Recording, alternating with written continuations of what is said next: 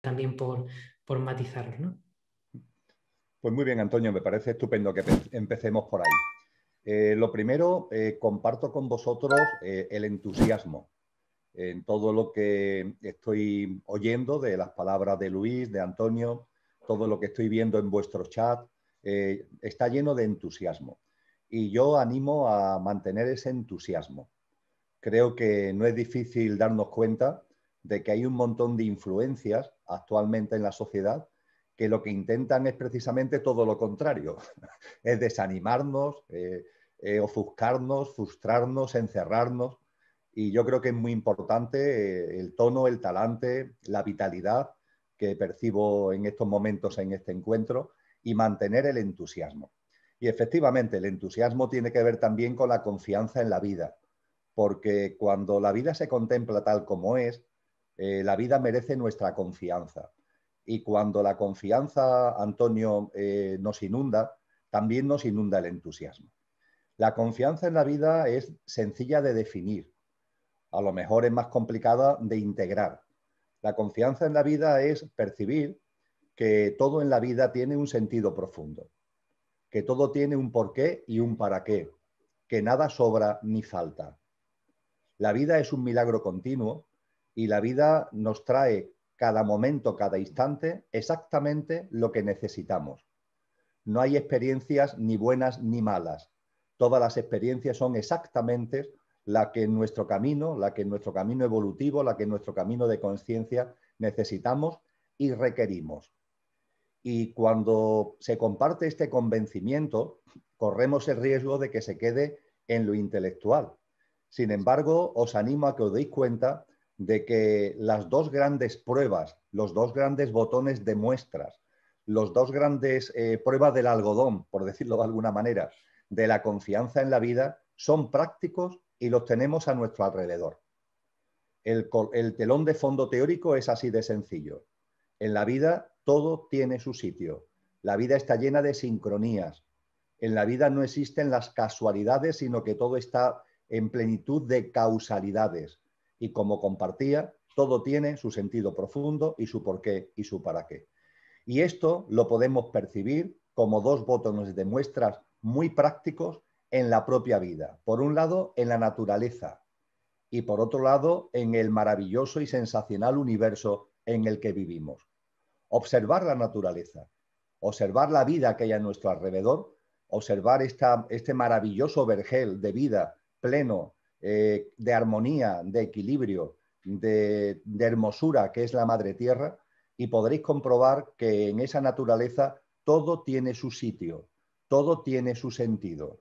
La luz y la oscuridad, el sol y la lluvia, todo tiene su sentido. Todo es cuando corresponde.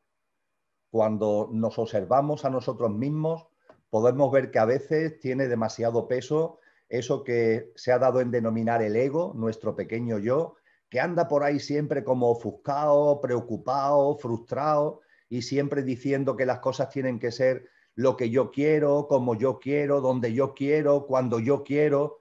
Uf, uf. Y vamos por la vida lleno de lastre, lleno de cargas, lleno de esfuerzos, lleno de autolimitaciones.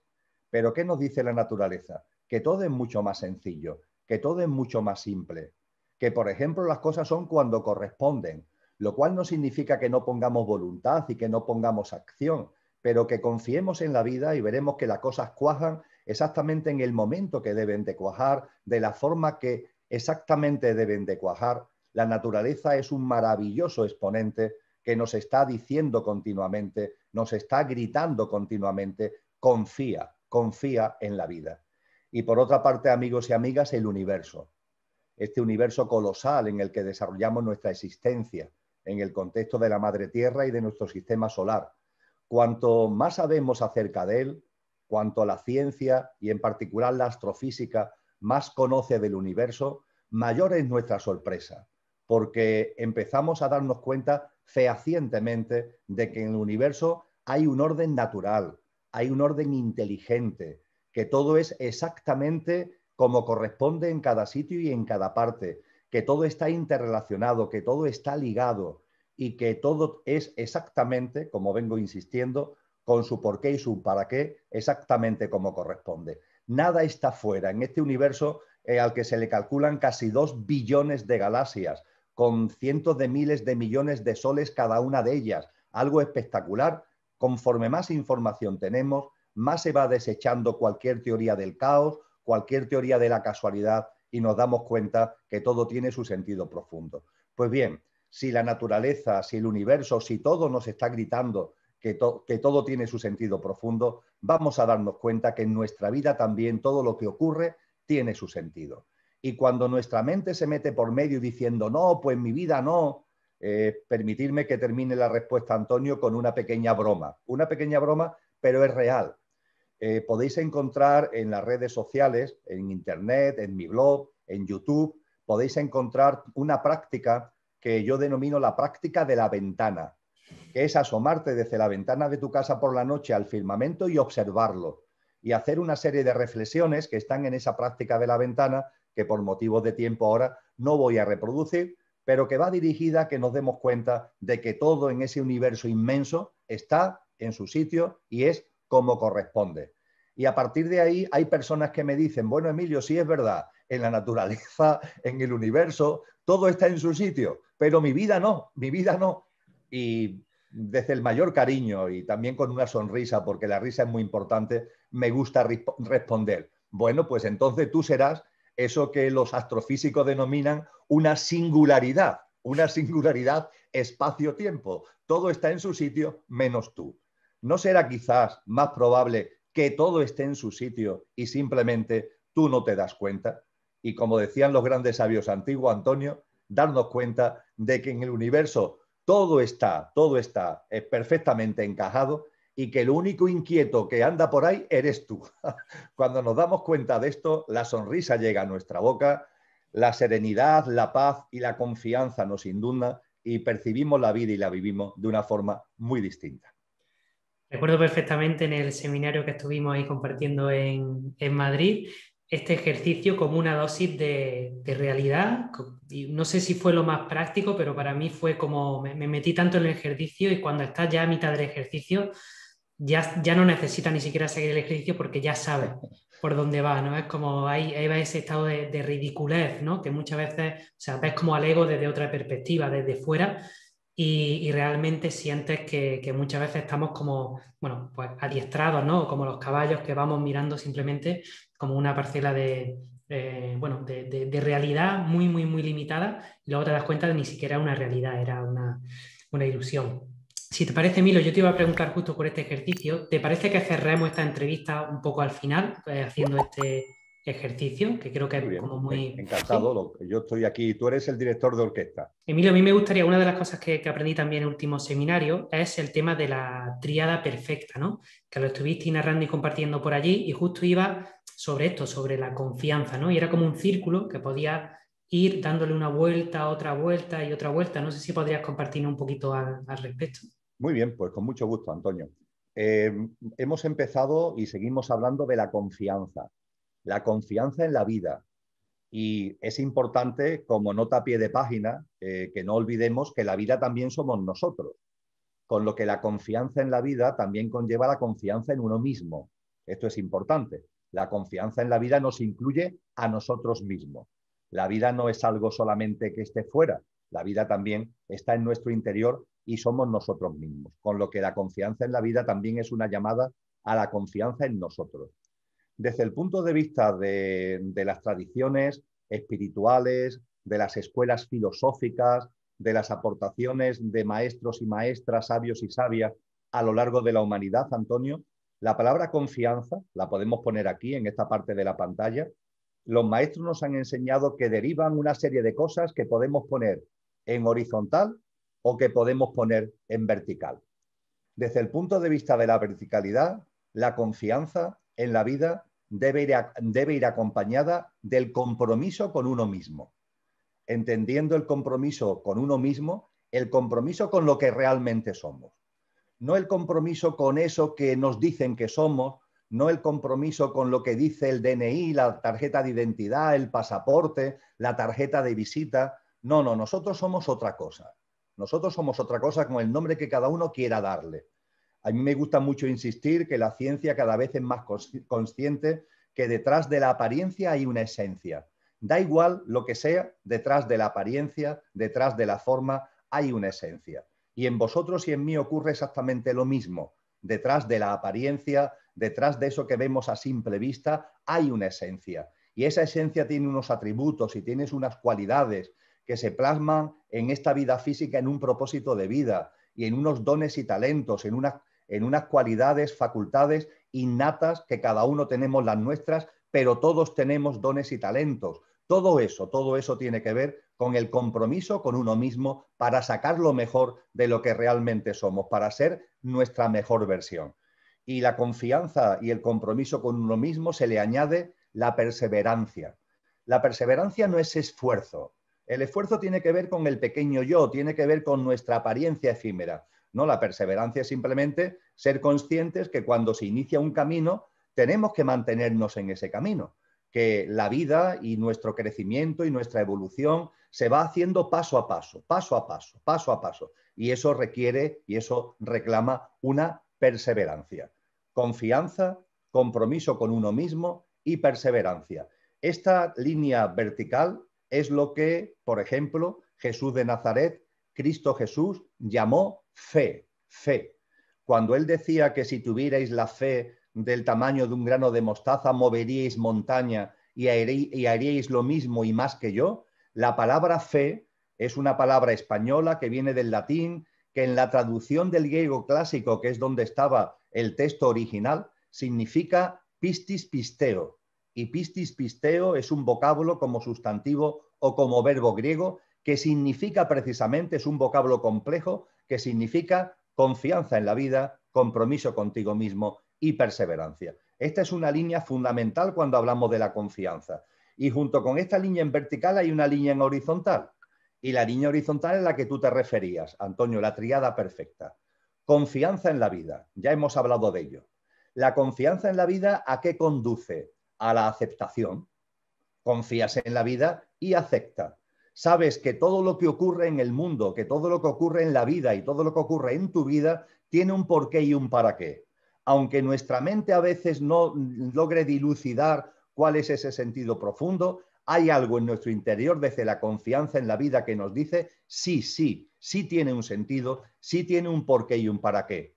En la vida no hay problemas, en la vida lo que hay son experiencias, oportunidades. Todo lo que llega son factores de trampolín para que sigamos creciendo, para que sigamos sacando lo mejor de nosotros mismos desde ese compromiso y esa perseverancia a la que hacía referencia anteriormente. Y entonces nos va inundando la aceptación, que no es resignación, que no es impotencia, que no es encogerse de hombro diciendo no puedo hacer otra cosa, no, no, es una aceptación que es fruto de la confianza en la vida.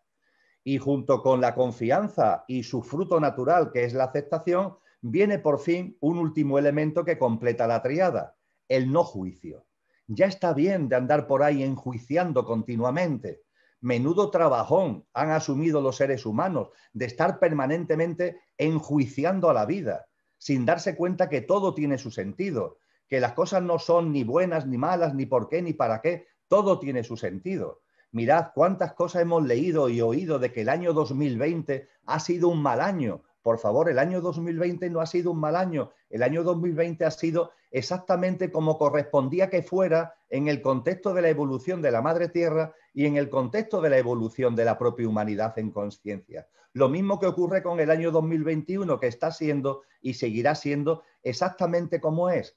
Pero ahí andamos enjuiciando todos, enjuiciando incluso la climatología. Ahí está el telediario con un señor o una señora que nos dice mañana va a hacer buen tiempo, mañana va a hacer mal tiempo. Por favor, el tiempo siempre es maravilloso y si llueve coges el paraguas, si hace frío te abrigas y si hace sol te pongas en mangas cortas y disfruta especialmente de ese día. Pero todos los días son maravillosos, la climatología no es ni buena ni mala. Estamos enjuiciando permanentemente todo y nos enjuiciamos a nosotros mismos, lo cual ya es tremendo. Las culpas, las cargas, los pecados. Ahí estamos flagelándonos, autolimitándonos. Entonces, la confianza y la aceptación lleva a tirar la balanza. Ya está bien de ir por la vida juzgando a la vida con la balanza dichosa. Esto está bien, esto está mal, esto me parece adecuado, esto no, esto me atrae, esto lo rechazo. Uf, por favor, vamos a quitarnos, ¿no?, tanta trabajera que nos hemos metido encima. Esa es la tríada perfecta, efectivamente, Antonio, la confianza, la aceptación y el no juicio. Y esa tríada perfecta, como tú sabes muy bien, tiene un colorario, porque cuando confías, cuando aceptas y cuando no enjuicias, te puedes plantear, entonces, ¿esto qué significa? ¿Que me cruzo de brazos? No, todo lo contrario. Nos han enseñado por su propio ejemplo práctico de vida los sabios y sabias que la confianza, la aceptación y el no juicio a lo que nos lleva es a una acción, a actuar. Hay que actuar. En la vida hay que actuar. Para eso estamos aquí. Si no, ¿qué pintamos aquí? ¿Para cruzarnos de brazos? Aquí estamos para actuar. Eso sí, una acción que sea consciente. No la acción ahí ofuscada, egoica, egocéntrica del pequeño yo, sino la acción consciente de lo que realmente somos. Y todo esto, Antonio, y termino, fíjate que en la línea vertical, la confianza, la confianza en la vida, el compromiso en uno mismo y la perseverancia, todo esto lleva a una práctica de vida que tiene que ver con la presencia. La presencia. La presencia, ¿qué es? Vivir conforme a lo que somos. Que lo que somos no quede ahí tapado, que lo que somos no quede ahí aprisionado, que lo que somos no quede ahí deslucido, no. Que la presencia de lo que somos, de esa esencia a la que hacía referencia hace unos minutos, esté ahí con entusiasmo y llena de vigor y llena de vitalidad en nuestro día a día. Y la tríada perfecta a la que hemos hecho referencia, la confianza, la aceptación y el no juicio, con su colorario natural, que es la acción consciente, también requiere la presencia. Con lo que tanto la línea vertical como la línea horizontal confluyen en la presencia. Insisto, entendiendo por presencia el vivir en coherencia con lo que somos, el vivir en conciencia que lo que somos, en vivir en consistencia con lo que somos, llenando la vida de entusiasmo, llenando la vida de nuestra energía y, por supuesto, con una enorme reverencia hacia la propia vida. Emilio, esto de la nueva normalidad como concepto que le han puesto, que yo no sé de dónde la han sacado, que igual es muy interesante etimológicamente, no sé si le podríamos tirar un poquito de la cuerda, pero sobre todo, no sé si en tu visión o en tu experiencia tiene alguna realidad esta nueva normalidad con aquello o con ese proyecto que has desarrollado de distopía. No sé si nos podría hablar un poquito de esa distopía, ¿no? Porque yo siempre hablo de la utopía, ¿no? De hecho, tenemos un programa que se llama Utopía y creo que al final, como vivimos en este plano físico dual, cuando está la utopía está la distopía, ¿no? Al final, una y la otra son las que se equilibran. Para ti, ¿esta distopía en qué consiste? Y no sé si es igual o tiene algo que ver con esta nueva normalidad que nos están haciendo crear en nuestro mapa. Sí, están muy relacionadas. La distopía y la nueva normalidad están muy, muy relacionadas.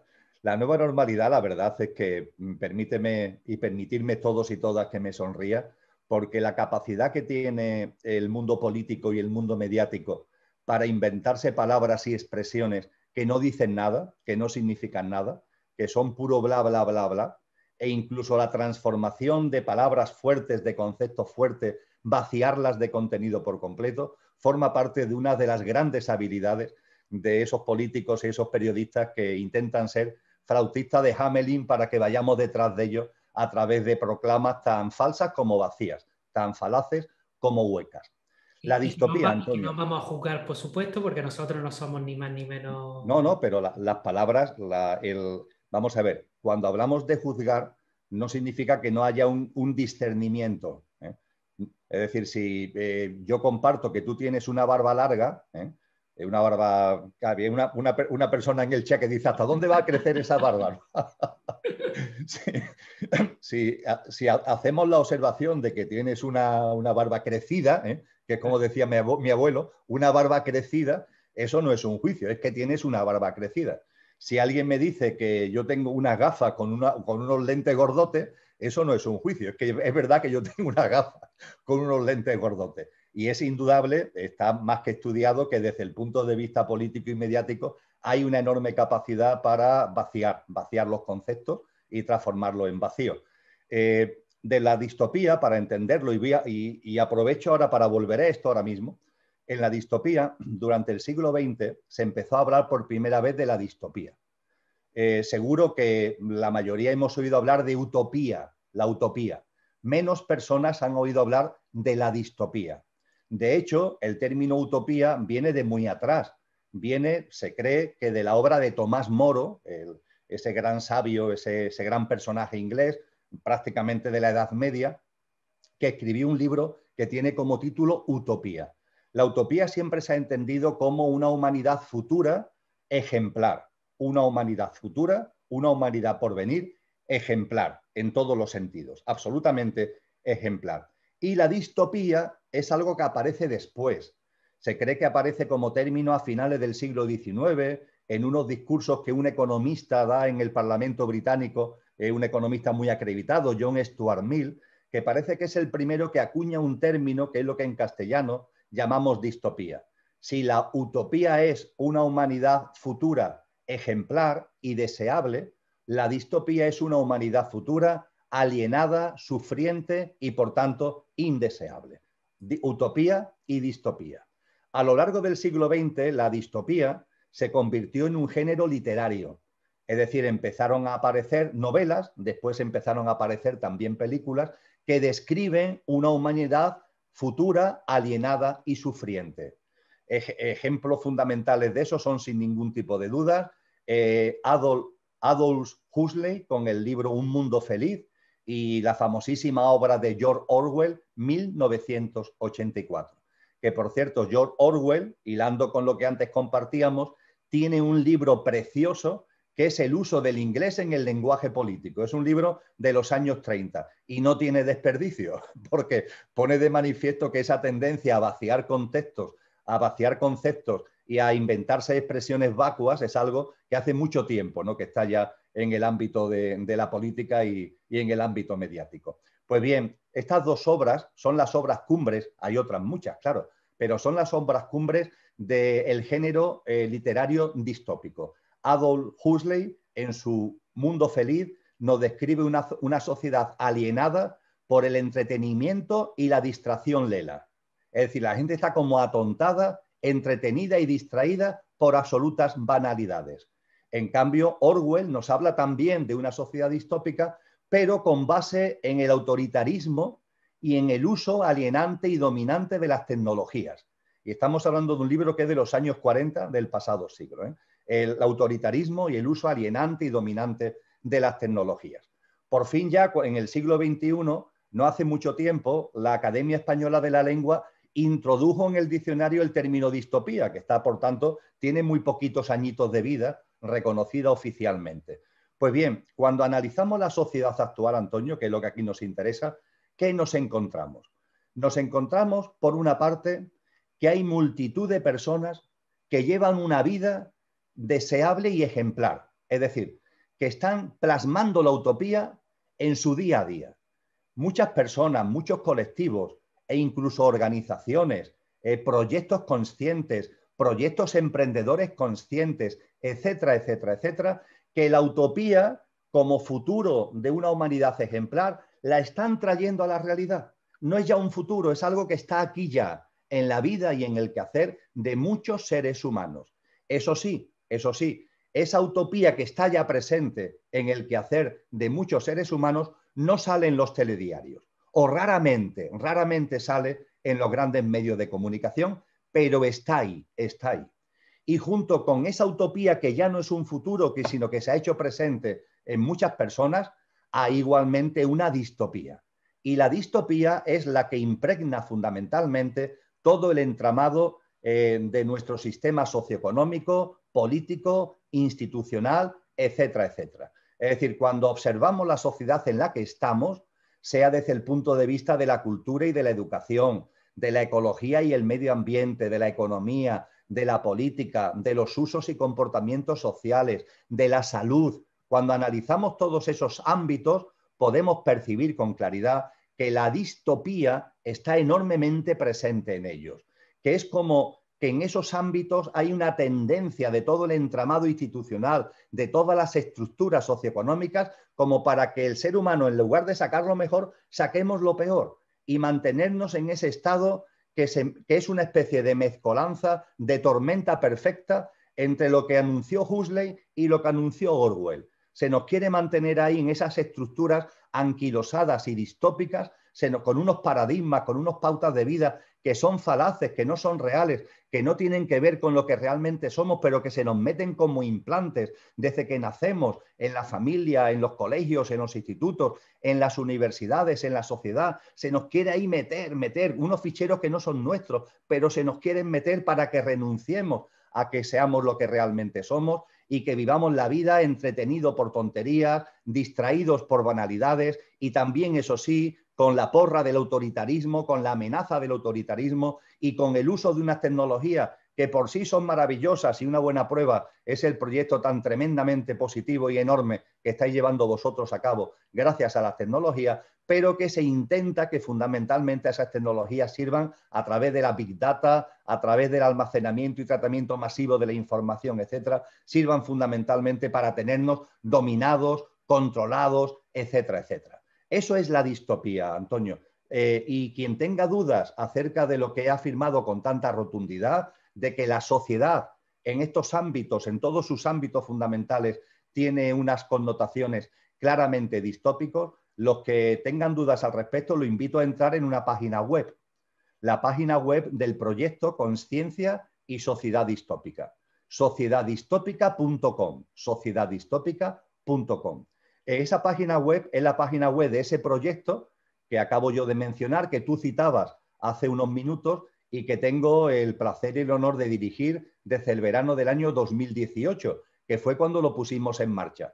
Ahora hay gente que nos dice, Emilio, ¿cómo en el 2018, ahora con la que está cayendo, donde ya mucha gente empieza a ver que efectivamente la distopía está aquí, ahora, ¿cómo se os ocurrió eso en el 2018? Bueno, pues porque ya había datos que ponían de manifiesto que la sociedad estaba en un camino a través de los que dominan los resortes económicos, políticos, institucionales, estaba en un camino que intentan llevarnos a los seres humanos por unos derroteros que no son los realmente nuestros. En sociedaddistópica.com vais a encontrar clasificados por ámbitos temáticos y también clasificados por autores, más de 150 trabajos que ponen, creo que bastante en evidencia, que todo el entramado en el que estamos es un entramado claramente distópico. Lo que no nos puede hacer olvidar que también la utopía está presente en la vida y en la obra de muchísimos seres humanos, de muchas formas y con muchas modalidades.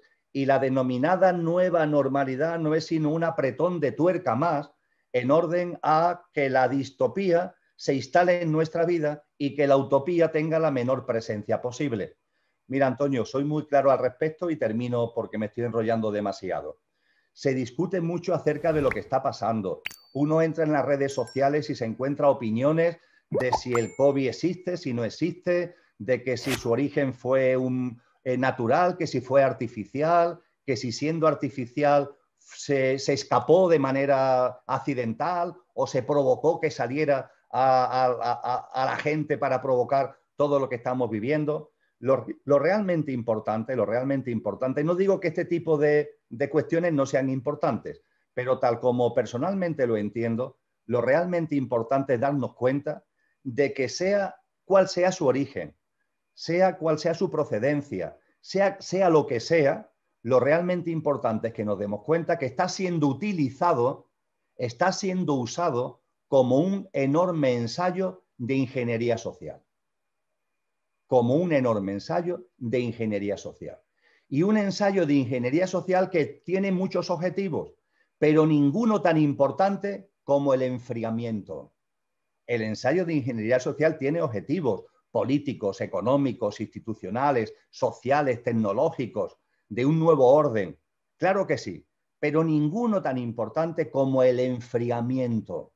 El enfriamiento que se está manifestando en el intento de meter unas prácticas de vida, unas pautas que nos alienen todavía más a través del distanciamiento social, la ruptura de las relaciones personales, familiares y sociales, el recelo hacia el otro, el miedo hacia el otro, el miedo hacia la vida, la desconfianza hacia la naturaleza y hacia los seres humanos, el ninguneo de nuestros valores y de nuestras cualidades, porque las tecnologías son maravillosas, pero las tecnologías, por mucho que avancen, y avanzan y avanzarán muchísimo, no van a poner nunca en cuestión lo que es el espíritu humano, la capacidad de sensibilidad, de intuición, de inspiración, los valores que nos hacen absolutamente humanos. Y se nos quiere ningunear, se quiere que esto se nos olvide por completo y que el enfriamiento, el distanciamiento, el miedo, el recelo sea lo que prima. Esa es la nueva normalidad, Antonio. La nueva normalidad es una palabra hueca que esconde detrás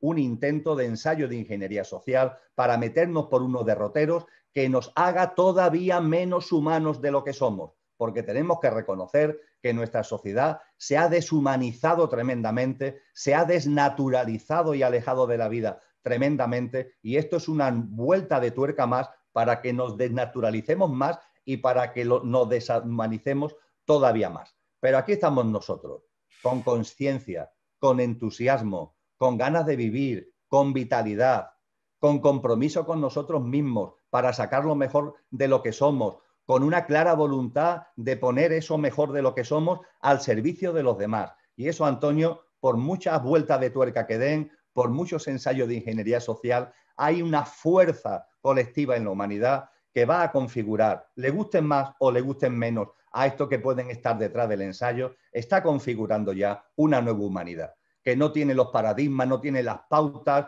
no tiene el estilo de vida, no tiene el formato de existencia que ellos quieren, sino que permite que vivamos y colaboremos y convivamos entre nosotros de una forma que es mucho más coherente con lo que late en nuestro corazón y brilla en nuestra alma. Te agradezco, Emilio, tu franqueza, no solo ahora, ¿no? Pero yo creo que el hecho de quitarnos de vez en cuando el sombrero ante personas pues valientes, ¿por qué no decirlo, no? ¿Por qué no poner este concepto?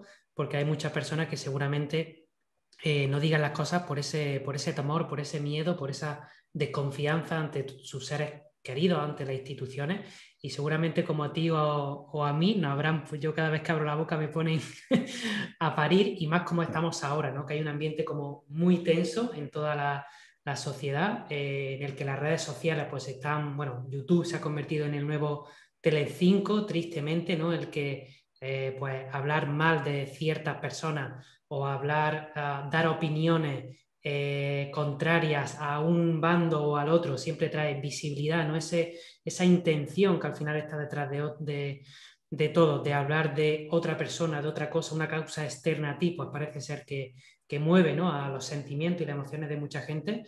Y escucharte, yo creo que, bueno, decímelo en el chat, ¿no? Pero a mí me da una paz, ¿no? Es como un sentimiento que tampoco se puede manifestar de otra manera ni se podría explicar intelectualmente, ¿no? Porque es algo más emocional. Y Emilio, hemos hablado de nueva, ¿no? En este caso nueva normalidad, pero hay otro concepto tuyo que a mí me fascina y es el de nueva humanidad, ¿no? Son muy parecidos, incluso si lo decimos rápido, nosotros que somos andaluces se confundirían, ¿no? Pero no sé a ti, pero a mí me gusta más el concepto de nueva humanidad. ¿Podría explicarnos un poquito de dónde viene eso y si más o menos nos estamos acercando a pesar de toda esta distopía de la que estamos hablando? Pues encantado, Antonio. Es sencillo, lo de la nueva humanidad es sencillo porque de la misma forma que la palabra distopía está en el diccionario muy recientemente, sin embargo, la nueva humanidad está, entre comillas, anunciada hace muchísimos siglos, hace milenios. Han sido muchas las tradiciones espirituales, las escuelas filosóficas, los sabios y sabias que desde hace mucho tiempo han hablado de que en un momento determinado la actual humanidad, la actual, daría paso a una nueva humanidad. Por tanto, en sentido estricto, la nueva humanidad es la que sigue a esta, a una humanidad que ha cumplido un papel, que ha tenido una función y que en un momento determinado se queda vieja, entre comillas, le sucede una nueva humanidad. Decía Cristo Jesús, hablaba del final de esta generación humana. Esta generación humana hay un momento determinado que concluye para que arranque una nueva generación, una nueva humanidad. En ese sentido, la nueva humanidad es una humanidad más coherente con lo que somos. La humanidad que estamos dejando atrás, lo que se denomina la vieja humanidad, es una humanidad que ha tenido unos resortes, unos pilares muy basadas en lo egoico y en lo egocéntrico, en lo egoico y en lo egocéntrico. La nueva humanidad, sin embargo, está llamada a dejar eso atrás, a ir dejando eso atrás, que ha cumplido su función a lo largo de los siglos y a lo largo de los milenios, ha cumplido su función para empezar a vivir de una forma distinta, más coherente, más armónica, más equilibrada con lo que realmente somos. Y podemos entender, y sería un entendimiento erróneo, podemos entender que esas tradiciones, esos sabios y sabias, hace tanto tiempo, hacían profecías o hacían adivinanzas. No, Antonio, no. No son ni profecías ni adivinanza. Cuando hablamos de la nueva humanidad, no estamos hablando de adivinanza, de profecía, no. La nueva humanidad es algo que podemos ver con claridad, su llegada, su advenimiento, su plasmación, sucediendo a esta humanidad que todavía está aquí entre nosotros, a la humanidad vigente, cuando entendemos, cuando tenemos discernimiento acerca de cómo evolucionan los ciclos y de cómo evoluciona la consciencia. Cuando profundizamos en cómo marchan el devenir de los ciclos, los menores, los mayores, y sabemos cómo evoluciona la consciencia, que avanza desde la utopía, pero que también a través de las noches oscuras, también las noches oscuras se convierten en factor de impulso del propio desarrollo en consciencia. Cuando entendemos en definitiva cómo evolucionan los ciclos y cómo evoluciona la consciencia, es muy fácil que tengamos la percepción clara de que, como nos enseña la vida, los ciclos humanos también tienen un inicio, tienen un desarrollo y tienen un final para que arranque un nuevo ciclo humano, que es precisamente esa nueva humanidad. Y esto se refleja muy bien, y aquí voy a intentar ser más breve que en la respuesta anterior, se refleja muy bien en cómo evolucionan, por ejemplo, las células, porque como es arriba es abajo y como es abajo es arriba. ¿Cómo evolucionan las células? Cuando contemplamos la evolución de las células, vemos que las células nacen, las nuevas células, nacen de las viejas. Por yemación, por mitosis, la célula vieja da lugar, plaf, a una célula nueva. Y es muy interesante ver lo que ocurre dentro de la célula vieja. Una célula que nació, que se desarrolló, que cumplió su función, pero que ya se está quedando anquilosada, ya no da más de sí. ¿Y qué es lo que sucede ahí para que surja la célula nueva? Pues bien, cogemos ahí el microscopio y es muy bello lo que vemos, porque lo que vemos es que dentro de esa célula que ya es vieja hay unas fuerzas creativas, evolutivas, que cuando tienen la suficiente fuerza, ¡plaf!, desencadenan la nueva célula. Eso sí, también es curioso que con el microscopio vemos que junto con esas fuerzas evolutivas, creativas, que cada vez van teniendo mayor consistencia, cada vez van teniendo mayor potencia para dar lugar a la nueva célula, junto con esas fuerzas creativas y evolutivas, también hay unas fuerzas anquilosantes, también hay unas fuerzas retardatarias, también hay unas fuerzas involutivas. Las involutivas y las evolutivas están dentro de la propia célula vieja. Finalmente se produce la circunstancia de que las fuerzas creativas y evolutivas adquieren ya la potencia suficiente para que surja la nueva célula. Pues bien, cuando esto que es lo micro lo pasamos a lo macro, que es la humanidad, también en lo macro, esto podemos verlo en las galaxias, podemos verlo en la conformación del universo, pero en fin, no vamos ahora a irnos por esos derroteros. Cuando esto que acabamos de compartir desde el microscopio lo pasamos a la humanidad, podemos ver que la humanidad ha sido como una célula que nació, que se desarrolló y que ha cumplido su función. Yo tengo una convicción de que lo que somos no vive una sola vida, vive una cadena de vidas, vive distintas vidas. Y a lo largo de esta humanidad hemos ido aprendiendo, hemos ido evolucionando. Lo que ahora somos es consecuencia de un camino que hemos desarrollado en esta humanidad que hoy ya no concuerda con nosotros, que hoy ya no es coherente con nosotros, pero nos ha servido durante mucho tiempo. Es como cuando tenemos, yo qué sé, 12 años y tenemos un traje y en un momento determinado damos un estirón. ¿Qué sucede? Que el traje se ha quedado estrecho.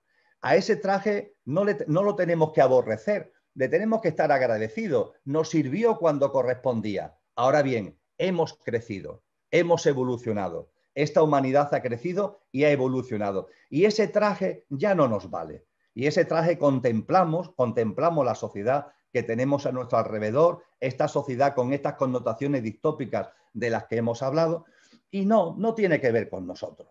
Ahí hay algo que ya nos está diciendo, esto no es, este traje a mí ya no me vale, yo necesito unas hechuras mucho más anchas, con unas perspectivas distintas, con una conciencia mucho más abierta, y en eso estamos, Antonio. Y podemos ver que en la humanidad hay fuerzas evolutivas, claro que sí.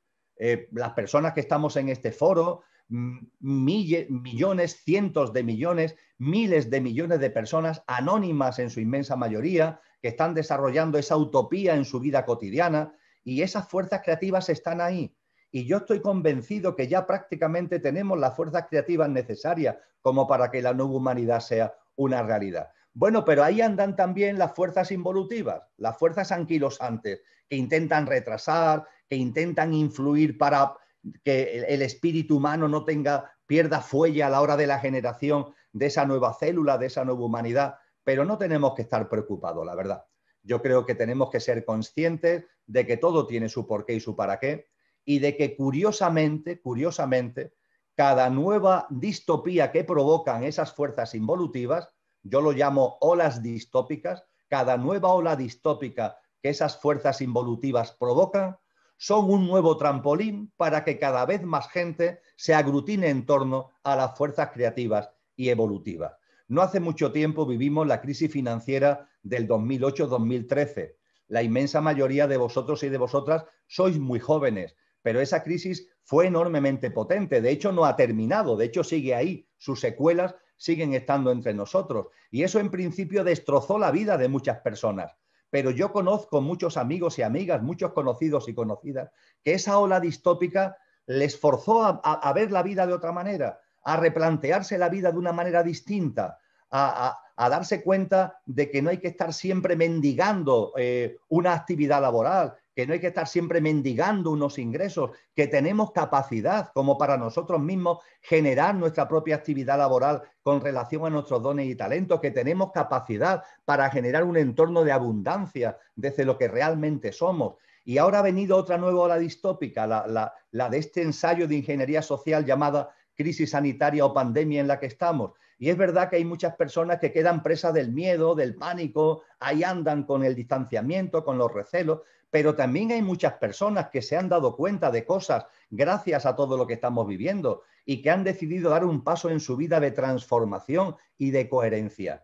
Con lo que, curiosamente, las olas distópicas que provocan las fuerzas involutivas, mira por dónde, aunque ellos no lo quieran, eso no es su propósito, ni justifica el dolor y el sufrimiento que acarrean, pero mira por dónde cada nuevo calentón que ellos le dan al recipiente es una oportunidad para que la rana salte del recipiente. Porque si lo calentaran poco a poco, la rana se adormecería y moriría hervida. En cambio, cuando los calentones son como los que a ellos les gustan, porque no puede ser de otra forma, porque es lo que les va, enormes calentones distópicos, eso es una oportunidad para que la rana, las ranitas, perdonadme el ejemplo, las ranas son maravillosas, los seres humanos también, pero somos distintos, pero vale la analogía, ¿no? Para que las ranitas humanas demos un salto de conciencia, brinquemos, salgamos del recipiente en el que nos quieren mantener y empecemos a vivir de una forma que realmente sea consistente con lo que es nuestra esencia y con lo que es nuestra naturaleza, Antonio. Hola Emilio, ¿qué antídoto, mira qué buena analogía también, ¿no? ¿Qué antídoto recomiendas para contrarrestar los efectos del experimento actual de esta ingeniería social? El antídoto, en definitiva, consiste en lo siguiente. Lo que aquí tenemos delante como un ejemplo práctico, ahora lo voy a teorizar, ¿vale? Pero es muy sencillo. Primero, tomemos conciencia de que estamos en un huracán de magnitud aceleradamente creciente. Es decir, la distopía, como una casa que es una ruina, esto se está cayendo. Esta sociedad no da más de sí. Intentan que no lo veamos, intentan de alguna forma ocultarlo, intentan buscar ahí mecanismos para ver cómo esto pueden seguir estirando el chicle, pero aquí los cascotes están cayendo continuamente.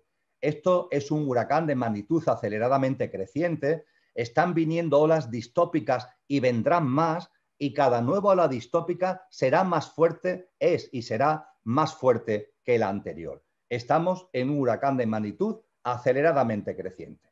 Y esto hay que saberlo, pero no para tener miedo, todo lo contrario, para que no tengamos ningún miedo.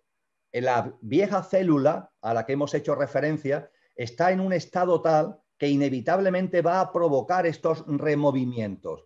Y ante ellos lo que tenemos que comprender es que son los estertores de algo que ya está acabando para que nazca algo nuevo. También ha habido quien habla del parto, ¿no? Los dolores del parto para que nazca la nueva criatura. Pues bien, ante los dolores del parto, ante los estertores de lo que ya se está muriendo, tenemos que ser conscientes qué es lo que corresponde y no dejarnos en ningún momento atrapar por el miedo.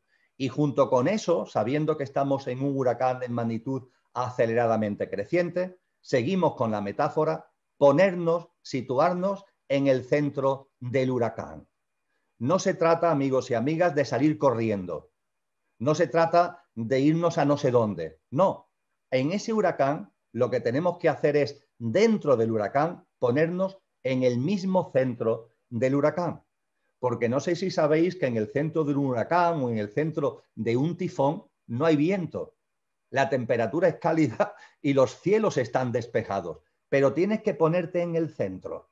Y a lo que os aliento y os animo es a que, tomando conciencia del huracán en el que estamos, no le tengamos miedo, sino que nos pongamos en el centro del huracán. Y por fin, ¿qué significa ponerse en el centro del huracán? Sacar lo mejor de ti.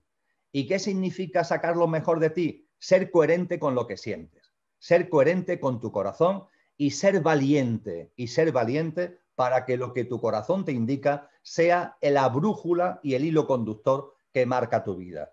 Mirad en la película Corazón Salvaje, la película Braveheart, en la que narra la vida del liberador de Escocia en la Edad Media, William Wallace, al principio de la película le dice el padre de William Wallace a Williams, que es un niño de 8 años, le dice: Williams, tu corazón es libre, ten el valor de hacerle caso.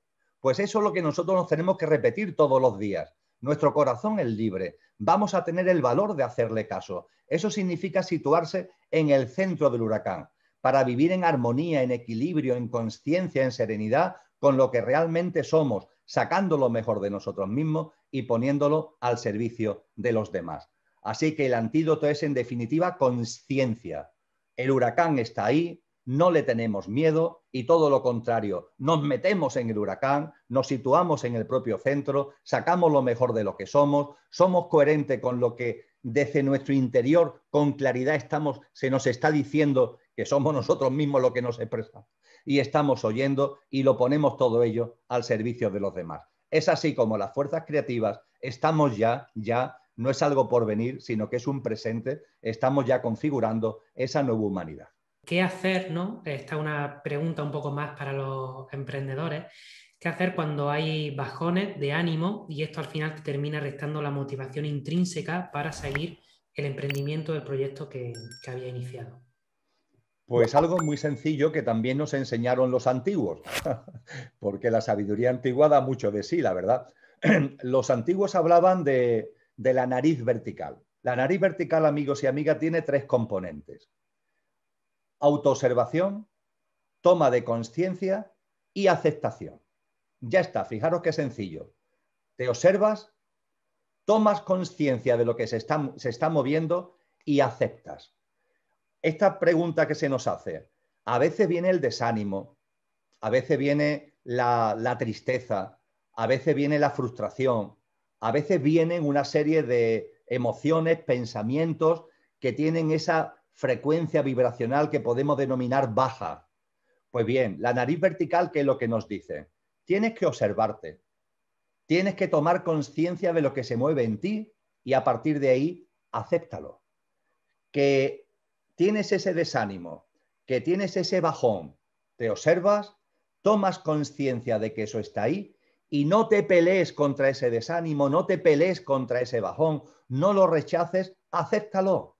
Porque en la vida, en las circunstancias y en el devenir de la vida, todo tiene su sitio. Y tiene su sitio la alegría, y tiene su sitio la tristeza, y tiene su sitio las efervescencias, que somos capaces de comernos el mundo, estados de ánimo que nos lanzamos, y también tiene su sitio esos bajones. ¿Y la nariz vertical qué utilidad tiene? Y diré, bueno, ¿y esto de qué sirve? El que algo tan elemental como que me observe, tome conciencia y acepte, ¿esto para qué sirve? Probarlo, probarlo. Cuando llegue a vuestra vida el desánimo, cuando llegue a vuestra vida la frustración, cuando llegue a vuestra vida el enfado, cuando llegue a vuestra vida este tipo de emociones, pensamientos de baja vibración, practicad la nariz vertical y aceptarlas. Y os daréis cuenta por la práctica, esa perseverancia que es el paso a paso, la práctica cotidiana, os vais a dar cuenta por la práctica que esos estados de ánimo, que esos bajones, que esas circunstancias de baja frecuencia vibracional, de la tristeza al enfado, pasando por una amplia gama, aplicando la nariz vertical, que tiene su colofón en la aceptación, cada vez van a aparecer menos en vuestra vida, cada vez van a aparecer menos, y cuando lleguen van a durar menos. No van a desaparecer de golpe y porrazo, ¿eh? Es decir, que vengan periodos de desánimo, que vengan circunstancias de bajones, eso no va a desaparecer de golpe y porrazo. Pero os aseguro que si observando, tomando conciencia y aceptando esas circunstancias, aplicáis la nariz vertical, ese tipo de cosas cada vez aparecerán menos en vuestra vida y también, muy importante, cuando aparezcan van a durar menos. Así que todo esto, en definitiva, nos lleva nuevamente a la aceptación, porque el último punto de la nariz vertical es la aceptación. Y ya sabemos que para que podamos aceptar plenamente hace falta confianza en la vida, de la que hemos hablado mucho en la tarde de hoy. Confía en la vida, practica la aceptación. Cuando vengan esos bajones, eso tiene que ver con el propio devenir de la vida. No te pelees, no lo rechaces. Entiende que esas cosas aparezcan en nuestro camino. A veces aparece el cansancio, a veces aparece incluso la depresión, pero nosotros confiamos en la vida, aceptamos y desde esa aceptación seguimos nuestro camino, seguimos ese paso a paso en el que vengo insistiendo y en la confianza en la vida veremos cómo la vida nos va abrazando y todo se va articulando para sacarnos de esas circunstancias, entre comillas, adversas, que también habrán tenido su sentido profundo si han llegado a nuestra vida. Qué bueno. Como complemento de esta aceptación, que yo creo que al final es como la piedra angular, por así decirlo, hay una frase muy buena del doctor David Hawking que dice: a lo que te resiste, persiste, ¿no? Al final todo ocurre por algo y cuanto más bloqueamos ese sentimiento, esa emoción, ese contexto que está ahí por algo, cuanto más lo bloqueamos, cuanto más lo rechazamos, se vuelve a repetir esa situación una y otra vez, hasta que finalmente pues, abres los brazos y la aceptas, ¿no? Nos pregunta Esther García, ¿qué somos? Es la primera. Y la segunda me parece muy interesante. ¿Qué responde una persona que sabe quién es la pregunta? ¿Quién soy? Lo cierto es que, entendiendo la segunda pregunta, van enormemente ligadas la primera y la segunda, sin ningún tipo de duda. Para percibir qué es lo que somos, yo invito a una práctica enormemente sencilla, que es que te sientes, que nos sentemos en un sitio cómodo. No sé, pues este es el estudio de mi casa, pues yo aquí por la mañana hago mi práctica de meditación. Bueno, pues me siento tranquilamente, cómodamente, en este sillón que estáis viendo, no en esta posición que tiene, otra posición más hacia un lado de la habitación, pero me siento cómodamente, cierro los ojos, respiro conscientemente, voy percibiendo cómo entra el aire en mis pulmones, cómo sale de mis pulmones. Voy dándome cuenta que la respiración consciente, fijaros lo que es la conciencia, algo que hacemos continuamente como es respirar, basta que lo hagamos conscientemente como para que inmediatamente en 1 minuto o 2 minutos nuestra respiración se va haciendo más profunda y nos va llegando una paz, nos va llegando una serenidad que no teníamos unos minutos antes. Y cuando estamos en ese punto, sentados cómodamente, respirando conscientemente, con los ojos cerrados, nos observamos. Hablábamos hace un momento de la observación. Nos observamos. ¿Y qué es lo que percibimos de nosotros? Pues podemos percibir nuestro cuerpo físico, que por ejemplo se tiene que acoplar mejor en el asiento, o nos pasa muchas veces que basta que intentemos estar tranquilos y en silencio para que nos pique la nariz o para que nos pique algo, nos tenemos que arrascar. En fin, nos observamos físicamente en definitiva. Eso está ahí, forma parte de nosotros, es nuestro cuerpo físico con todo lo que ello conlleva. Pero nos seguimos observando. ¿Y qué es lo que podemos percibir? Podemos percibir nuestro estado de ánimo. Tanto por la mañana como en cualquier momento del día podemos percibir las emociones que se están moviendo ahí, nuestro estado de ánimo, etcétera, etcétera. Lo que es nuestro mundo emocional. También lo podemos percibir con claridad cuando hacemos esta práctica de autoobservación. Y por supuesto también percibimos nuestro mundo mental con los pensamientos. Estamos sentados tranquilamente, estamos en silencio, respirando conscientemente y no queremos pensar en nada. Pero la mente, ella se encarga, ella por su cuenta, de que aparezcan pensamientos en nuestra cabeza. Ahí está nuestro mundo mental. Todo eso está ahí, ¿verdad, amigos y amigas? Nos observamos y está lo físico, está lo emocional, está lo mental. Pues bien, ahora viene la gran cuestión. ¿Quién está observando? ¿Quién está observando?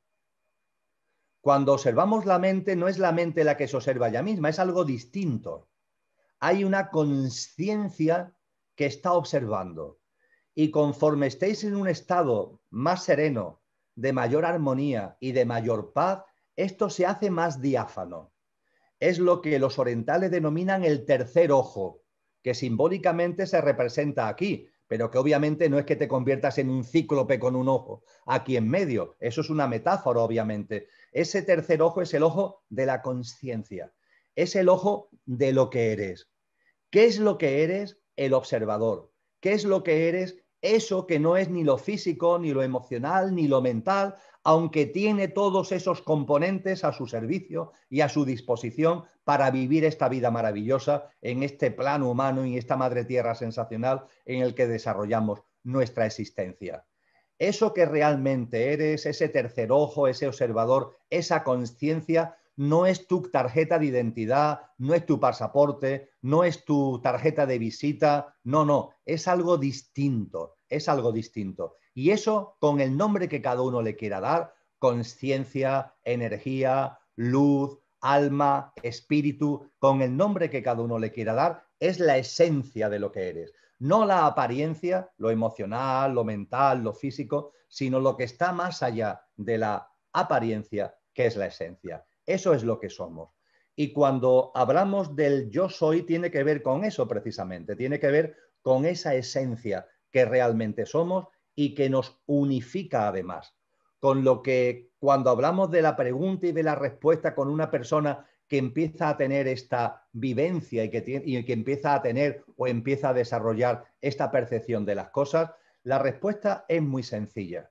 La respuesta es la unicidad que se manifiesta en la diversidad. ¿Qué es lo que somos? La unicidad. No hay muchos mundos ni muchas vidas. Realmente hay una única realidad, hay una única manifestación, hay una única vida. Ahora bien, la maravilla es que la vida en su unicidad se expresa en la diversidad, lo cual para la humanidad actual y con lo que estamos viviendo de ensayos de ingeniería social es una lección apasionante. Mire usted, la unicidad se expresa en la diversidad. La unicidad, cuando se convierte en uniformismo, ya no es unicidad, es despotismo. La unicidad, cuando no se expresa en la diversidad, sino en el pensamiento único, eso se convierte en autoritarismo. Cuando la unicidad no se expresa en la diversidad, sino que se expresa en la imposición y en la imposición de versiones oficiales, eso ya no es unicidad, eso ya va de camino a la dictadura y va de camino a la pérdida de todos los valores fundamentales del ser humano. Cuando empezamos a percibir lo grande, también empezamos a tener una visión más clara de lo pequeño. Y todo esto concluyo finalmente y aprovecho la pregunta de Esther para terminar por los cerros de Úbeda, es decir, aprovechando que el Pisuerga pasa por Valladolid, porque podía terminar aquí la respuesta, pero no quiero dejar en el tintero, Esther, permítemelo, Antonio, permítemelo, no quiero dejar en el tintero lo siguiente. En el ensayo de ingeniería social intentan convencernos de que hay una confrontación, una tensión, un conflicto entre la seguridad y la libertad y la seguridad. Es más, que para estar seguros, para que la seguridad llegue a nuestra vida, tenemos que renunciar a parte de nuestra libertad. ¿Os suena, verdad? ¿Os suena, verdad? hay que renunciar a partes de nuestra libertad por mor de la seguridad. Pues bien, eso es una enorme mentira, eso es un gran engaño. Si no hay libertad, no hay seguridad. Si no hay libertad, la seguridad no será tal. Será la paz de los cementerios, será la paz de las cárceles, entre comillas, de la opresión, del autoritarismo. No hay seguridad posible para el ser humano y para la humanidad si eso no está presidido por la libertad. Con lo que la tensión entre libertad y seguridad es una gran falacia que muchas personas ingenuamente están haciendo suyas y que dicen, sí, es que tenemos que renunciar a determinadas cosas, tenemos que aceptar prohibiciones, limitaciones por la seguridad, por la salud. Eso es una gran mentira. Sin libertad no hay seguridad. Y la verdadera unicidad se expresa en la diversidad. La unicidad todo lo preside, pero la unicidad del cosmos, de la vida, es tan amorosa, es tan creativa y es tan maravillosa que no impone, que no lleva al uniformismo, que no lleva a la dirección obligatoria, sino que se expresa en una fenomenal diversidad, que es lo que precisamente hace más rica y hace más nutritiva esa maravillosa unicidad. Decía, si era Zygmunt Bauman, que la libertad es inversamente proporcional a la seguridad y viceversa, ¿no? Magnífico sociólogo y filósofo polaco que va 100% en relación con lo que acabas de comentar. Y justo Paco Rosa nos pregunta ahora una pregunta que viene relacionada con el arte y con la religión, que creo que es muy interesante, que dice ¿cómo salimos de la fuerza distópica de la evolución de la religión en la economía como nueva religión? O sea, se entiende, ¿no? Que está condicionando la evolución de esta manera tan radical en la que el conocimiento y el arte se ponen al servicio de la economía. Totalmente de acuerdo. Es una descripción acertadísima, además muy resumida, muy bien resumida. Y a eso, hace algún tiempo, se le dio un nombre. A ese fenómeno que se ha descrito tan acertadamente, hace tiempo se le dio un nombre que lo condensa. Economía mundo.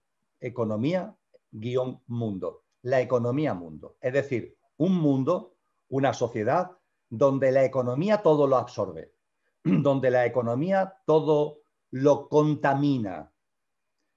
Os parecerá casi increíble que en el siglo XIX, en la parte final del siglo XIX, en las artes, por ejemplo, en el movimiento artístico, hubiera una corriente artística que se denominó el arte por el arte.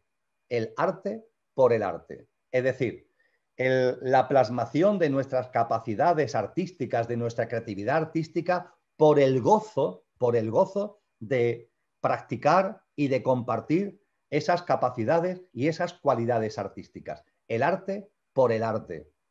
En el siglo XX hubo un momento histórico concreto en el que hubo movimientos políticos que realmente eran movimientos de vocación de servicio público, no en lo que poco a poco se ha ido convirtiendo lo que hoy llamamos política, y esos movimientos que surgieron en el siglo XX de celo político tenían la voluntad de transformar la economía, de convertir la economía en otra cosa, de darle la vuelta al calcetín para hacer una economía mucho más humana, una economía mucho más justa y mucho más solidaria, y se hicieron programas y proclamas políticas para intentar conseguir eso, pero el tiempo ha ido pasando, y desde el tramo final del siglo XX, no digamos ya en el siglo XXI, ¿qué es lo que ha ocurrido? Pues lo que tú has descrito con tu pregunta perfectamente, que la economía ha sido capaz de absorber todo lo demás. Hoy día la economía es lo que prima en el mundo del arte. El arte se ha mercantilizado.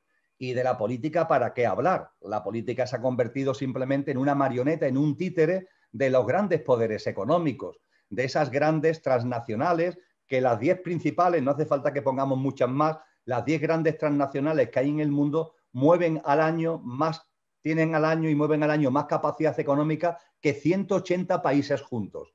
Imaginaros el dato.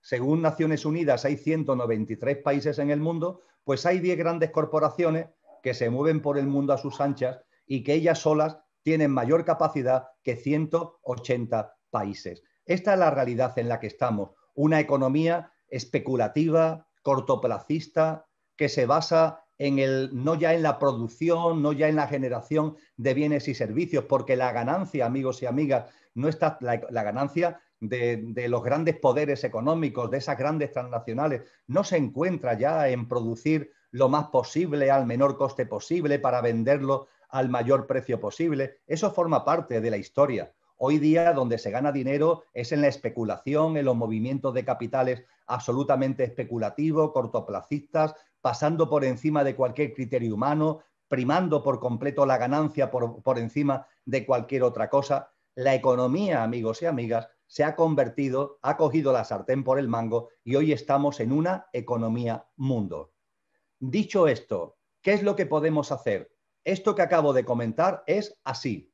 Y tú y yo y nosotros no podemos hacer nada en el sentido estricto del término. Es decir, no se trata de intentar pelearnos con esto. Ahí está la economía mundo. Forma parte del huracán de magnitud aceleradamente creciente al que hacía mención anteriormente. Ahí está. No te pelees con eso. No te pelees. Métete dentro. ¿Y meterse dentro qué significa? Vive tu vida. Desarrolla tu proyecto emprendedor, desarrolla tu actividad consciente de un modo y de una manera que no tengan los implantes, los paradigmas que esa economía mundo quiere imponer. ¿No os dais cuenta que los que, entre comillas, quieren dominarnos, nos dominan con nuestro consentimiento porque nos meten implantes? Son implantes que tenemos, sistemas de creencias, perspectiva de la vida, deseos, prácticas de vida basadas en el consumismo, basadas en un estilo de vida siempre corriendo, siempre trepidante, en el culto a la velocidad, relaciones personales fundamentadas en querer tener razón, en el dominio, en intentar convencer a los demás, etcétera, etcétera, etcétera. ¿No os dais cuenta que todo eso son implantes que tenemos y que nos podemos quitar? Y lo que tenemos que hacer, respondiendo a la pregunta, es sabiendo cómo son las cosas y no peleándote con eso, porque eso pertenece a unas superestructuras que están ahí, pero que tu vida, la mía y la de cada vez mucha más gente vaya por unos derroteros distintos. El que quiera seguir haciendo suyo esos paradigmas, esas pautas, esos implantes, pues está en su derecho y no decimos nada al respecto, están en su libre albedrío, pero tú y yo decimos basta. Tú y yo decimos hasta aquí hemos llegado. Eso no soy yo. Esa forma de vivir no es lo que late en mi interior. Y a partir de ahí, siempre, siempre, siempre hay margen de maniobra para vivir de una manera distinta. Hay personas que me dicen, Emilio, pero es que las influencias son tan tremendas, nos encorsetan, nos aprisionan. Bien, la verdad es que siempre tenemos margen de maniobra.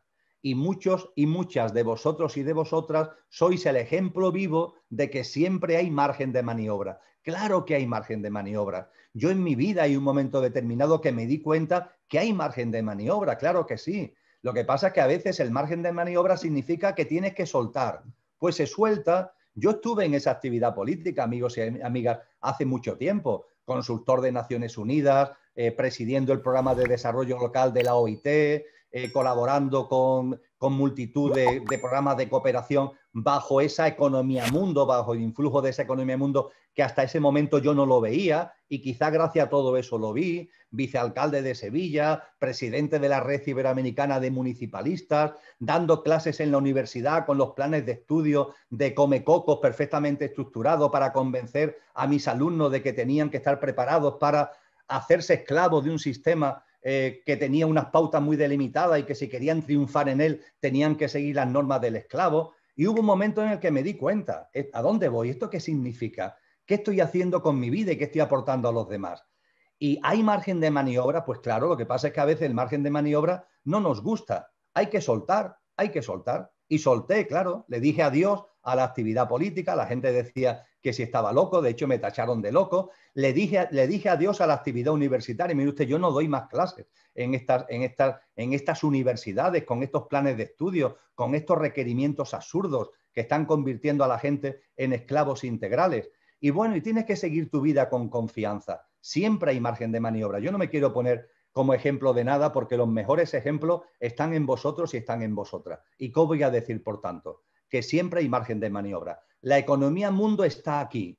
Ahora bien, aquí hay otra cosa. Y podemos estar en este contexto quitándonos los implantes y viviendo con una forma de ver la vida, con unos paradigmas y con una práctica totalmente desconectado de esos implantes que durante tanto tiempo, en mi caso por lo menos, durante tanto tiempo tuve metido en mí mismo.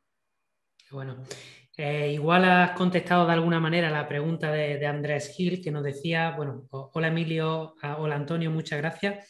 ¿Cómo hago para hacer más fácil el cambiar el ciclo de mi vida de ser empresario, dueño de una empresa tradicional de toda la vida y quitarme el traje y la corbata para ser un profesor y nómada digital y enseñar al mundo mis talentos? Bien, eso Antonio tú lo puedes responder muchísimo mejor que yo, porque evidentemente lo que hacéis en la escuela de nómadas digitales es precisamente esto, ¿verdad? El dar instrumentos, el dar herramientas para poder llevar a la práctica de la forma más eficaz y eficiente posible lo que yo acabo de teorizar con mis palabras anteriores. Pero fundamentalmente es voluntad, ¿eh? La voluntad. El decir, mira, yo tomo esta decisión, lo tengo claro conmigo mismo y a partir de ahí tiro para adelante. En Andalucía tenemos una expresión que lo resume perfectamente, pa'lante, pa'lante. Y hay veces que entran dudas, y hay veces que vienen incertidumbres, y hay también momentos de bajones. Pero en esos momentos de bajones, de incertidumbre, etcétera, es el mejor momento precisamente de coger el POSIT del pa'lante. Sigue pa'lante, confía en la vida y no tengamos ninguna duda de que la vida que somos nosotros mismos es generosa, es amorosa, nos abraza y va a permitir que en cada momento nos vaya llegando lo que realmente necesitamos. Por tanto, seguir para adelante sin que nos tiemble el pulso, sin dejarnos llevar por esas dudas. Que aparecen dudas, si las dudas forman parte de la vida, es razonable, si no seríamos máquinas, si no seríamos robots, pero que las dudas no se conviertan en paralizantes, todo lo contrario. Vamos a darle la vuelta al calcetín y vamos a transformar las dudas en elementos de avance. Cuando aparezcan dudas, pues que sirvan como trampolín para seguir para adelante y no para pararnos. Y Andrés seguramente ya está en el camino. A veces siempre estamos mirando hacia el frente, ¿no? Pero a veces pararnos y mirar dónde estamos y echar un poquito la vista atrás nos hace ser un poquito más conscientes, ¿no? De que estamos caminando. Lo que pasa que, bueno, es una maratón y como es una maratón, pues tenemos que tomarlo como lo que es y sin ningún tipo de problema. Y Andrés, apóyate de la gente, porque aquí tiene una comunidad fantástica, 150 personas en vivo. Emilio, yo, todos tenemos nuestras fuentes de aprendizaje, bueno, de cariño, de personas que piensan como nosotros. Y hay muchas personas que piensan en contra de nosotros. Imagínate lo que, bueno, yo no lo quiero ni saber lo que pasaría en política, ¿no? Lo que habría por debajo, lo que habría por detrás, todas las, bueno, desacreditaciones y todo lo que Emilio seguramente tú hayas tenido que vivir, pero nosotros estamos igual. Nosotros tenemos un montón de enemigos que van en contra de la escuela, un montón de organismos tradicionales y parece ser que todo va a más, ¿no? Ese huracán del que hablaba Emilio, yo no veo que se pare, ¿no? Como que se va a más. Entonces, hay que tirar para adelante, o sea, como más claro, igual no te lo podemos decir. Y cuando sabes que no eres la apariencia, sabes que debajo hay un ser, que todo pasa por algo, sigues haciendo lo que tú sientes y lo que tú sientes está bien, sea lo que sea y a algunas personas les gustará y a algunas no y está perfecto, tiene que ser así. Hemos hablado ya sobre libertad, ¿no? Pero te preguntan Juli y Feli si podría definir qué es la libertad para ti, en tu caso personal y basado en tu experiencia. Pues con mucho gusto. Y lo voy a hacer de una manera que no es mía, aunque la hago mía. ¿Eh? No es mía, pero la hago mía. No sé si os habéis dado cuenta, por algunas de las cosas que he dicho, que a mí me gusta bucear en la historia, me gusta bucear en la sabiduría que nos aportaron sabios y sabias a lo largo de la historia de la humanidad. Y en ese contexto también me gusta la etimología, ¿no? Antes hablamos de la palabra fe, que nos remonta a un término griego que es pistis, con ese significado complejo y estupendo de confianza, confianza en la vida, compromiso con uno mismo y perseverancia. Me gusta bucear en la etimología. Y ciertamente hubo un momento determinado en el que me interesó el término libertad. ¿Qué significa la libertad? Vamos a bucear. ¿Nos puede dar la etimología, nos puede dar la lengua misma alguna pista al respecto de lo que es la libertad. Y mirad, fui buscando a las líneas indoeuropeas, a las corrientes lingüísticas indoeuropeas, que están, como sabéis, en la raíz de la mayoría de las lenguas modernas, por lo menos las occidentales, y pude percibir que la palabra libertad es una palabra que su misma raíz sirve para, poniéndole un prefijo, construir otra palabra. Cuando se le pone a la palabra libertad en el lenguaje antiguo un prefijo que sea lo contrario, que sea el antónimo, un prefijo para significar lo antónimo, cuando se le pone ese prefijo, eso da lugar a otra palabra. ¿Cuál es la palabra? Miedo. Miedo. La libertad y el miedo son extremos polares. Eso en los lenguajes modernos se ha ido perdiendo. Pero fijaros, hay un idioma que es el mayoritario actualmente en el mundo y que lo hablaremos más o menos los hispanohablantes, pero algún conocimiento tenemos al respecto. Estoy convencido que lo que voy a compartir ahora del inglés lo sabemos todos, las 150 personas que estamos aquí ahora mismo reunidas. ¿A qué me refiero? Mirad, en inglés la palabra libertad es freedom, ¿verdad? Freedom. La raíz es free, que significa libre. Esto más o menos lo sabemos todos. Pues bien, daros cuenta que si a la raíz free le ponemos un prefijo, una A, para que signifique lo contrario, nos encontramos con la palabra afraid, que en inglés significa tener miedo, ser temeroso. Es decir, esto que me encontré en las corrientes etimológicas de la palabra libertad y su conexión, entre comillas, con el miedo, fíjate por dónde nos lo encontramos también todavía en el idioma más hablado actualmente, o uno de los idiomas, no sé si es el que más, la verdad, porque hay muchos hindis y hay muchos chinos, pero es uno de los idiomas más hablados del mundo. ¿Esto a qué nos lleva? Algo muy sencillo. La libertad es la ausencia de miedos. Ya está. ¿Cómo podemos definir la libertad? Como la completa ausencia de miedos. Una persona libre es una persona que no tiene miedo. Y ojo, los miedos tienen también su función en el camino, ¿eh? En el camino de la conciencia, en el camino evolutivo, todo tiene su sitio. Y cuando hay miedos en nuestra vida, le aplicamos la nariz vertical. Nos observamos, tomamos conciencia de que ahí hay miedos, miedos a soltar, miedo al perder unos ingresos, miedos a unas rupturas, que hay miedo y desde la aceptación esos miedos se irán diluyendo. Pero en la medida en que esos miedos se vayan diluyendo, iremos alcanzando la libertad. Y finalmente la libertad será plena cuando no haya ningún miedo en tu vida. Ni miedo a cosas materiales, ni miedos a cosas inmateriales.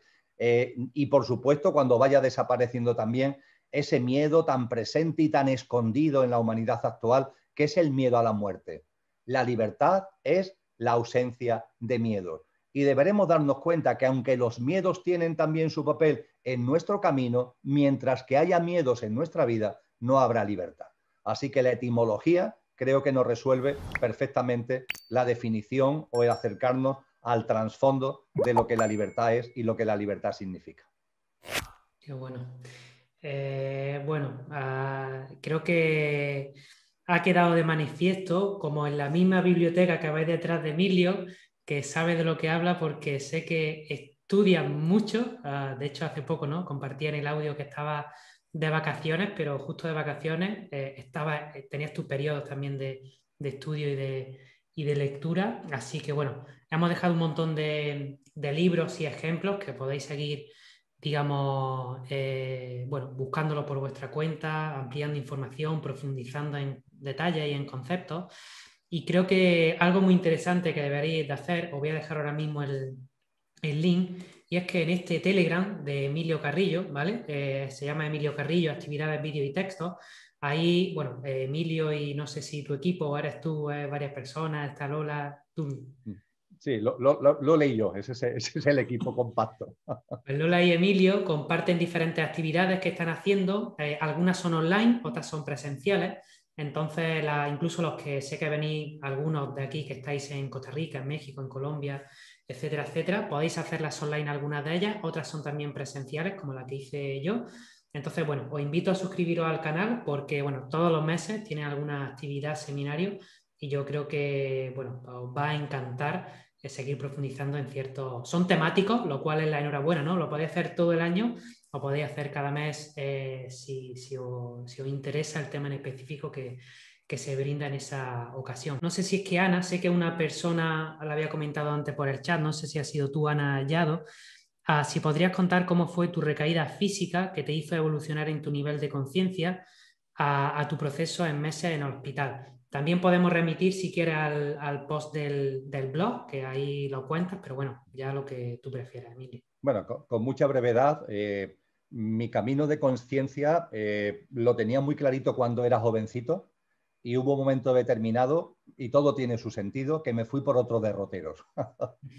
No obstante, cuando en el año 2000, una serie de circunstancias, nada de noches oscuras, fueron circunstancias entre comillas maravillosas, me llevaron a ir poco a poco a retomar el camino de la conciencia, que en un momento concreto ya me llevó a centrarme en la filosofía, la historia, la espiritualidad fundamentalmente.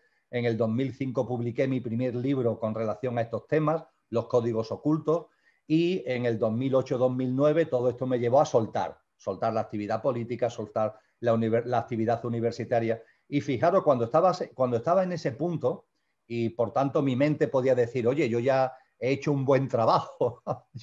La realidad es que me quedaba mucho camino por delante y la vida me dio un regalo. Haciendo montañismo, bajando de Sierra Espartero, que es una sierra que está a 60 kilómetros de la ciudad de Sevilla, se nos hizo de noche por nuestra torpeza, por nuestra negligencia, y yo me caí, yo me precipité. Me caí, me di un montón de porrazos contra zarzas, contra piedras. Me pude haber matado, pero curiosamente lo único que me pasó es que me fracturé el peroné de la pierna izquierda. En comparación con lo que me podía haber pasado, nada en absoluto. Pero, a las 3 semanas, esa fractura de peroné me originó trombos. Y esos trombos me impactaron con una serie de problemas, además de fallos en el diagnóstico médico, y me provocaron finalmente una situación que se produjo el 29 de noviembre del año 2010 a las 16 horas, donde viví lo que se conoce como una experiencia cercana a la muerte.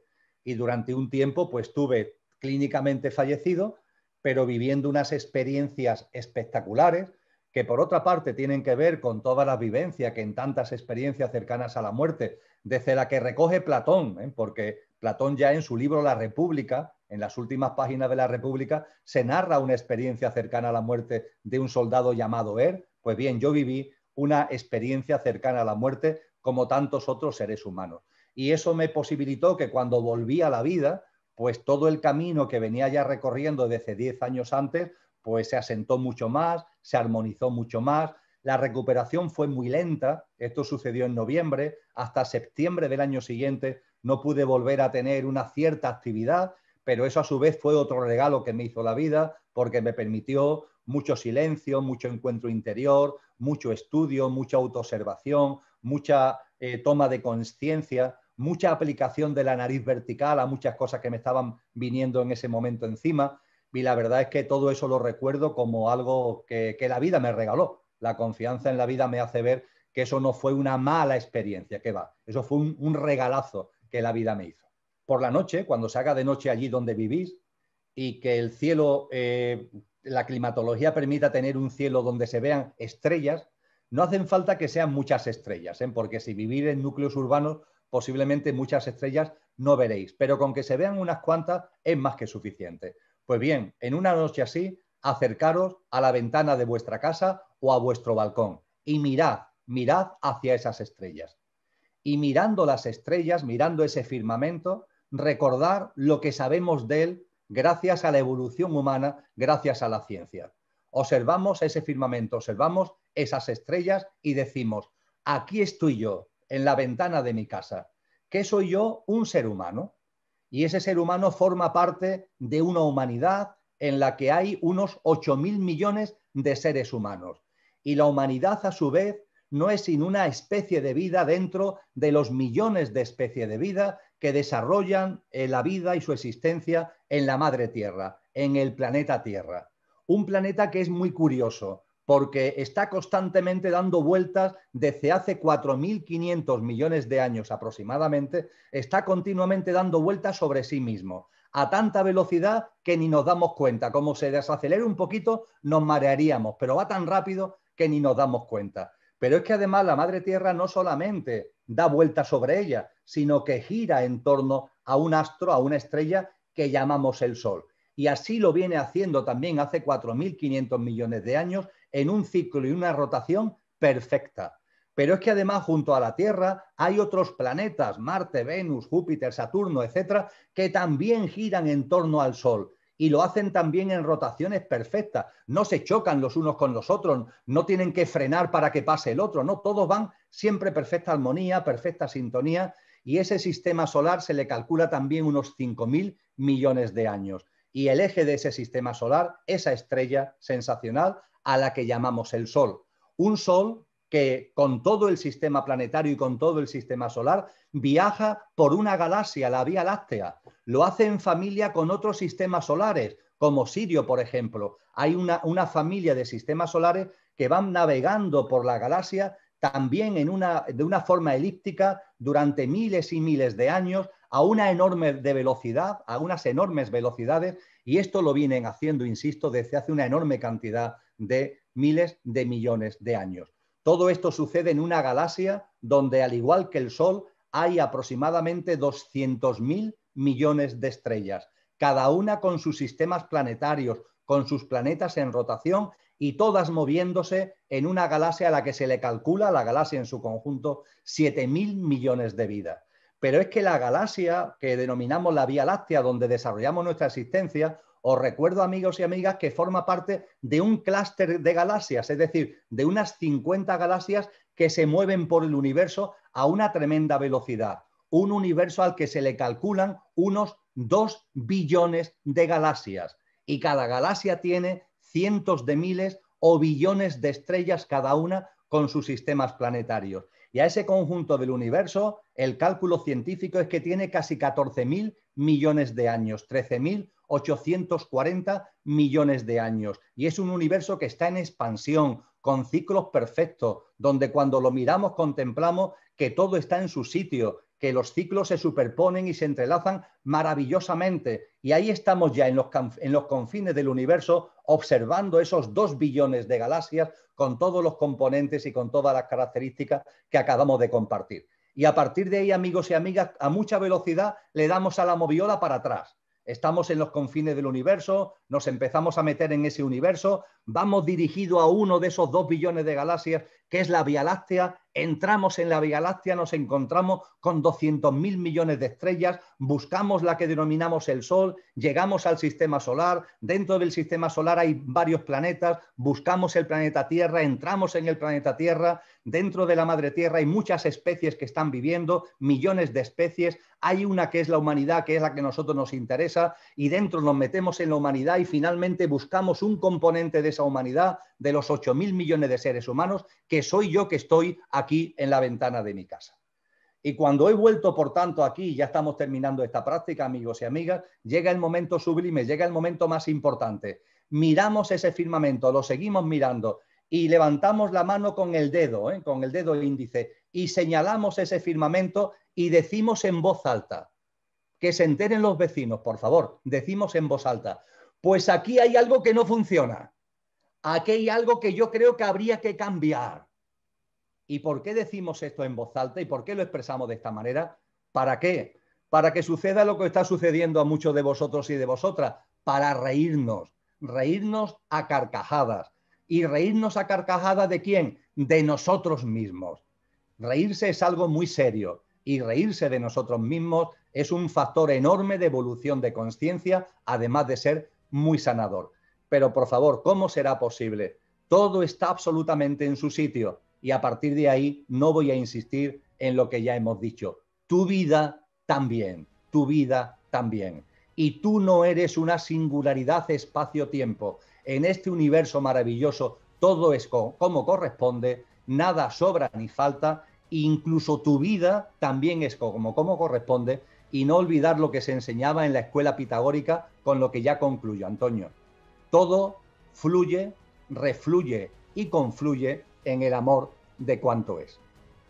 Buenísimo, Emilio. Pues creo que no había mejor manera, ya que surgió así, así tenía que ser, de compartir esta experiencia. Como hemos visto, ¿no? El amor y el humor creo que no están para nada en pelea con la espiritualidad, con la búsqueda, y creo que con este ejercicio tan irrisorio y tan divertido, que es muy importante decirlo en voz alta, eso es lo más importante de todo cuando se termine el ejercicio. Creo que podéis experimentarlo y prácticamente con cualquier situación.